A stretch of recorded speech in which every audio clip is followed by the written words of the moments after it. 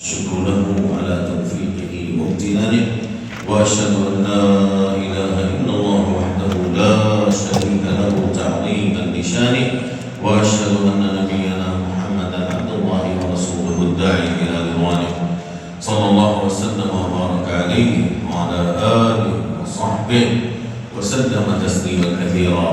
اما بعد، عباد الله، اتقوا الله تعالى واطيعوه وراقبوه ولا تعصوه. يا أيها الذين آمنوا اتقوا الله وكونوا مع الصادقين، واتقوا يوما ترجعون فيه إلى الله ثم توفى كل نفس ما كسبت وهم لا يظلمون. معاشر المسلمين، الدولة وفقها الله حريصة غاية الحرص على سلامة الحجاج وأمنهم وراحتهم، ولذلك تصدر الأجهزة الرسمية المعنية بالحجاج على اختلاف مهامها كثيرا من الأنظمة والتعليمات والتنبيهات، فينبغي للحجاج الالتزام بها، فما وضعت إلا لمصلحتهم، والبدن أمانة، فلا يجوز للمسلم أن يلقي بنفسه إلى التهلكة، كما قال سبحانه: ولا تلقوا بأيديكم إلى التهلكة. وعلى الحاج أن يحفظ نفسه من التعرض للشمس أو يهمل شرب الماء أو يجهد نفسه، فالنبي صلى الله عليه وسلم يقول: إن الله رفيق يحب الرفق ويعطي على الرفق ما لا يعطي على العنف وما لا يعطي على ما سواه.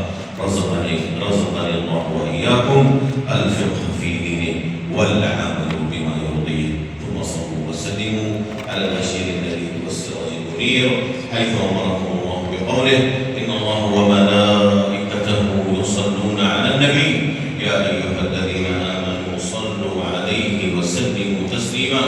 اللهم صل وسلم وبارك وأنعم على عبدك ورسولك محمد، وارض اللهم عن الخلفاء الراشدين الأئمة المهديين الذين كانوا يقولون بالحق وبه كانوا يعدلون، أبي بكر وعمر وعثمان وعلي، وعن سائر الصحابة والتابعين ومن تبعهم بإحسان إلى يوم الدين، وعنا معهم بعفوك وكرمك وجودك يا أكرم الأكرمين. اللهم أعز الإسلام وانصر المسلمين، اللهم أعز الإسلام وانصر المسلمين، اللهم أعز الإسلام وانصر المسلمين، ودمر أعداء الدين، واجعل هذا البلد آمنا مطمئنا وسائر بلاد المسلمين. اللهم آمنا في أوطاننا، وأصلح أئمتنا وولاة أمورنا، ووفق بالحق إمامنا وولي أمرنا. اللهم وفق ولي عهده لهداه، واجعل عهده في رضاه، وهيئ له البطانة الصالحة الناصحة التي تدلهم على الخير وتعينهم عليه. اللهم وفق حجاج بيتك الحرام، اللهم وفق حجاج بيتك الحرام لأداء مناسكهم في يسر وسهولة واطمئنان، وارجعهم إلى بيوتهم سالمين غانمين حائزين بكل ما أعطيته وقلته يا رب العالمين. اللهم ارحمنا برحمتك الواسعة، اللهم ارحمنا برحمتك الواسعة. اللهم إنك عفو تحب العفو فاعف عنا. اللهم ادفع عنا الغلا والوبا والربا والزنا والزلازل والمحن وسوء الفتن ما ظهر منها وما بطن عن بلدنا هذا وعن سائر بلاد المسلمين. ربنا تقبل منا إنك أنت السميع العليم، وتب علينا إنك أنت التواب الرحيم، واغفر لنا ولوالدينا ولجميع المسلمين الأحياء منهم والميتين. ربنا اصرف عنا عذاب جهنم إن عذابها كان غراما.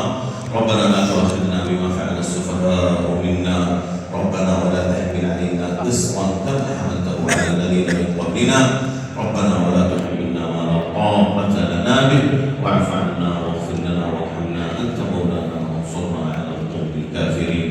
ربنا اجعل لنا وهب لنا من ذرياتنا من أزواجنا وذرياتنا قرة أعين واجعلنا للمتقين إماما. ربنا آتنا في الدنيا حسنة وفي الآخرة حسنة وقنا عذاب النار، وأدخلنا الجنة مع الأبرار يا عزيز يا غفار. عباد الله، إن الله يأمر بالعدل والإحسان وإيتاء ذي القربى وينهى عن الفحشاء والمنكر والبغي يعظكم لعلكم تذكرون. فاذكروا الله العظيم الجليل يذكركم، واشكروه على آلائه ونعمه يزدكم ولذكر الله